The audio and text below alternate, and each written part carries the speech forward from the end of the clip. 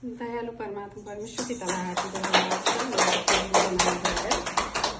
र आज शनिबारको दिन परमेश्वर पिताको सत्संग महिमाको दिन र परमेश्वर पिताले 6 दिन हामीलाई आफ्नो काम गर्न दिनुभयो र आज 7औं दिन महिमा गर्न हामी सबैलाई आउने मौका परमेश्वर पिताले दिनुभएको छ।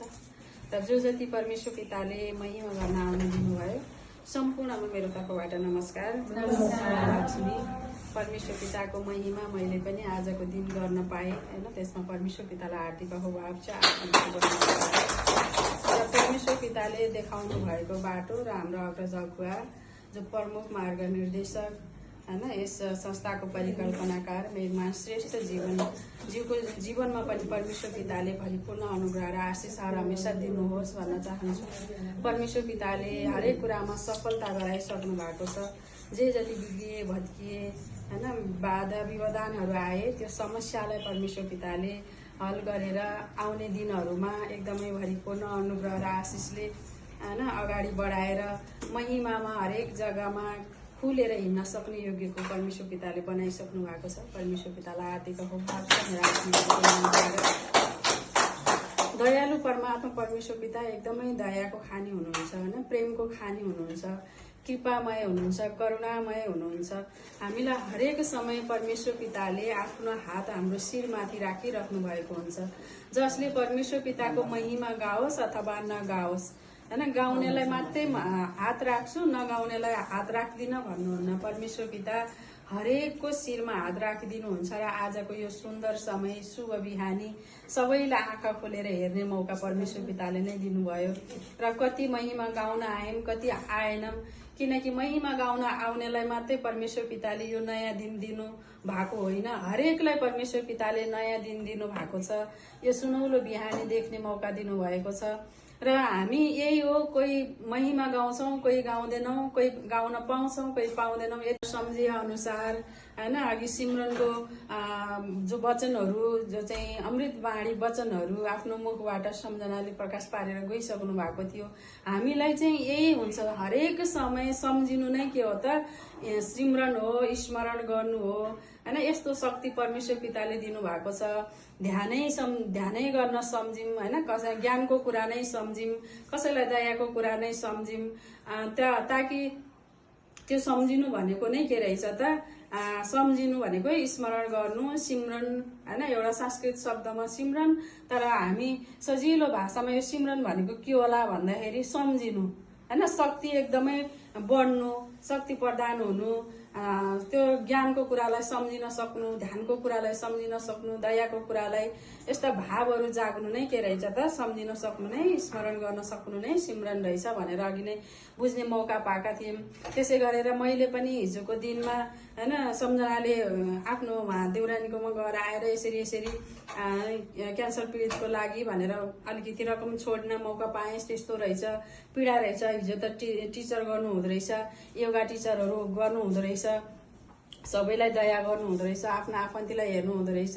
आज चाहिँ यस्तो बिमार भएर दुःख पाउनु भएको रहेछ भनेर सुन्ने बित्तिकै मेरो मनमा पनि एकदमै भाव जागेर आएको थियो कि पिता, हामी त भोलिको शनिबार छ, भोलिको शनिबार त साउनको महिना, दानको महिना भनिन्छ हैन। यो साउनको महिना जति सक्दो हामीले सेवा गरे भने नै हामीलाई चाहिँ फल मिल्छ के, आशिष मिल्छ भन्ने हामी बुझ्न पाएका छौं। हरेक ग्रन्थद्वारा हैन, पिताका वचनबाणी हामीले यसरी सुन्ने मौका पाएका छौं। साउनको महिना, दानको महिना, यसपालि हामीले साउन महिनाभरि हामीले के गर्न नि पाएको थिएनौं। सुरुको दिनमै साउनको पहिलो सोमबार नै नानीको पास्नी भएको कारणले हामी त्यही दिनबाट नै हामीले सबै कुरा चाहिँ सेवन गर्यौं अथवा हैन के अरे अंगीकार गर्यौं, ग्रहण गर्यौं हैन। 5 वटा औंला हात मुखमा परेपछि सबै कुरा हामीले खाएको हो, गरेको हो, सबै पाएको हो भन्ने हामीलाई त्यो भाव हुन्छ। र चाहिँ अहिलेसम्म पनि एकपटक पनि हामी साउनको महिनामा सोमबार कहीँ पनि जान सकेको छैन। शनिबार चाहिँ भनेर ल साउनको महिनाको अब यो अन्तिम सोमबार चाहिँ मिलेर कतै जाउँ है भनेर भनौं, अनि त्यसपछि अलिकति भने पनि केही कुरा उठाएर आश्रमतिर भने पनि दिउँसोको खाजै भने पनि खुवाउने योग्यको परमेश्वर पिताले बनाउनु हुनेछ, त्यो कुरा राख्छु भनेर सम्झिएको थिएँ। त्यो सम्झिने बित्तिकै हिजो सम्झनाले त्यो भनेपछि अनि आश्रममै जानुपर्छ भन्ने पनि छैन होइन। आश्रममा त अहिले त्यहाँनिर सबै कुरा पाइराख्नु भएको छ।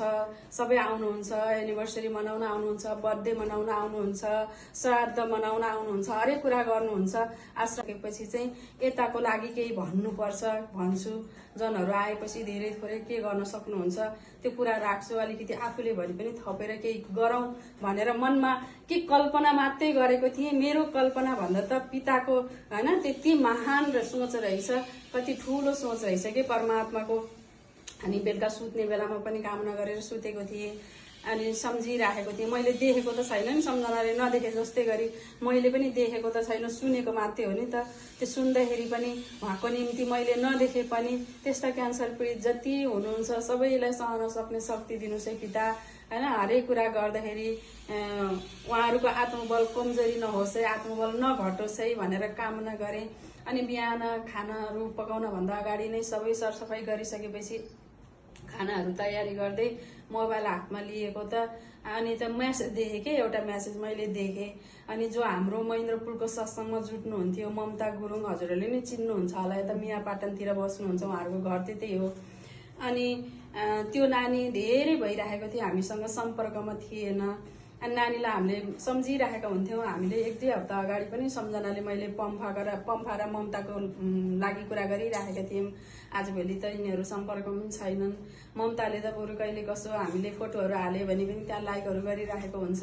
उसले गरेको बेलामा पनि हालेको बेलामा पनि हामीले लाइक कमेन्ट गर्दाखेरि थ्याङ्क यू आन्टी भनेर चाहिँ उसले भनिराखेको हुन्छ कि। तर पम्फा चाहिँ अहिलेसम्म हामीसँग सम्पर्कमा पनि छैन भनेर यसरी नै हामीले कुरा गरिराखेका थियौँ। अन्त आज बिहान त 81 ममताले त मलाई आन्टी हजुरको खाता नम्बर दिनु न, म अलिकति केही भने पनि सहयोगको लागि चाहिँ पैसा पठाउँछु भनेर म्यासेज छोडिराखेको देखेँ के। पिता हजुर कति महान हुनुहुन्छ है। मैले सोच मात्रै बनाएको थिएँ। मैले सोच बनाउने बित्तिकै मेरो सोचभन्दा तपाईँको सोच त कति ठुलो छ भनेर पहिल्यै परमेश्वर पितालाई धन्यवाद दिएँ। अनि अहबाब टकाएँ। अनि ममतालाई तिमीलाई पनि धेरै धेरै धन्यवाद, पिताको आशिष है ममता। मैले सोचेको थिएँ हिजोको दिन मात्रै, राति पनि मैले कामना गरेर सुतेको थिएँ। आज बिहानै तिमीले यस्तो खबर दिँदाखेरि एकदम खुसी लाग्यो।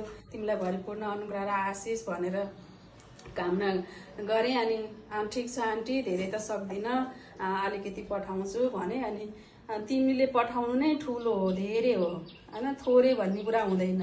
मनबाट कल्पना गरेर सङ्कल्प गरेर पठाएको मान्छेले धेरै दिएर देखाएर मात्रै हुँदैन, देखावटी गरेर हुँदैन। जे कुरा पनि 1 रुपियाँ किन नहोस् त्यो पिताको योजना अनुसार गरेको काम सफल हुन्छ। अनि मैले 6000 रुपियाँ पठाउँछु आन्टी, उसो भने 3000 रुपियाँ उहाँलाई लगेर दिनु, 3000 हजुरले राख्नु है सत्सङ्गहरूको लागि भनेर। अनि 6000 रुपियाँ हालिदिएकी छन् क्या ममताले होइन। यति महान हुनुहुन्छ परमेश्वर पिता। उसको जीवनमा एकदम अनुग्रह र आशिष प्रशस्त होस्। उनी हङकङमा छिन् अनि कुनै समय फेरि कुरा गर्छु आन्टी भने पिताले तिमीलाई गर्ने योग्यको बनाइसक्नु भएको छ भनेर कामना गरेँ। अब ममताले 3000 दिन अस्ति नै ताराजीले उहाँले कसैको लागि भनेर आफ्नो छोराले पठाउनु भयो 50,000 भनेर 1,000 हामीलाई दिनुभएको थियो।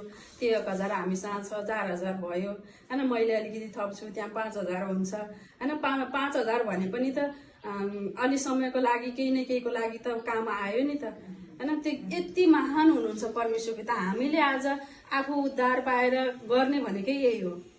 मान्छेले होइन के गर्छ कसो गर्छ त्यो उहाँले नै जान्नुहुन्छ। तर हामी के गर्छौँ भन्दा यस्तैको लागि काम गर्छौँ। हामीले भएको शिक्षा नि यही नै हो। पहिलो सुरु आफू उद्धार हुनु, आफू सुधार हुनु, आफू सुध्रिँदै जानु, आफू सच्चिँदै जानु। जब आफू सुध्रिएर सच्चिएपछि गर्नेवाला परमात्मा हुनुहुन्छ। धेरै दिएर चाहिँ हामी होइन ठुलो हुने होइन महान भए जस्तो हुने होइन कि थोरै थोरै गर्दा। आज हामीले त्यति दिउँला, भोलि अर्को कसैले सुनेर अलिकति थप्नु होला, त्यसै गर्दै गर्दै त धेरै हुने हो नि त होइन। एकजनाले थुक्यो भने त्यो थुक त कहाँ जान्छ थाहै हुँदैन। तर धेरैले थुक्यो भने के हुन्छ त खोली बन्छ भन्ने कुरा त हामीले उखानबाट पनि पाउँछौँ। यो उखान यत्तिकै गरेको होइन, थोरै थोरै गर्दै धेरै हुने हो होइन। थोरै थोरै गर्दै धेरै हुने हो। त्यस्तै हाम्रो विश्वास पनि थोरै थोरैबाट चाहिँ धेरै बढाउँदै जाने हो। अनि हामी दृढ हुँदै जाने हो। त्यो दृढ हुँदै गएपछि बल्ल सङ्कल्प हामीबाट हुन्छ। हरेक कुराको सङ्कल्प म यो गर्न पाएँ भन्ने बित्तिकै गर्न नपाउँदै हाम्रो भाषा परमेश्वर पिताले बुझ्नुहुन्छ। अनि हामीलाई सफल बनाउनुहुन्छ परमेश्वर पिताले होइन। परमेश्वर पितालाई हार्दिक अभिभाव छ।